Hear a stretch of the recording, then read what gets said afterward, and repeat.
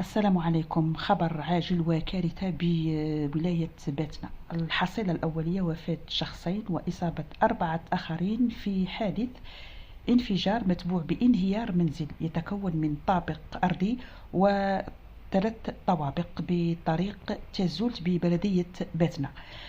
العملية لا تزال متواصلة في عين المكان لضمان التأمين الكامل للموقع. مصالح الحماية المدنية سخرت لهذه العملية 4 شاحنات إنقاذ و3 سيارات إسعاف، وإن شاء الله ندعو ربي أنها تكون هذه هي الحصيلة، ما يكونش هناك ضحايا آخرين، لأن يعني كارثة بمعنى الكلمة. انهيار المنزل وانفجار مقهى، يعني كان مقهى أحد المنزل. بعد الانفجار المقهى انهار المنزل، والمنزل كان يعني فيه ناس وضحايا اللي هما 2 وفيات وإصابة 4 آخرين. الله يرحم الضحايا اللي توفاو، وإن شاء الله نتمناو الشفاء العاجل، وإن شاء الله سلامات، ما يكونش هناك ضحايا آخرين.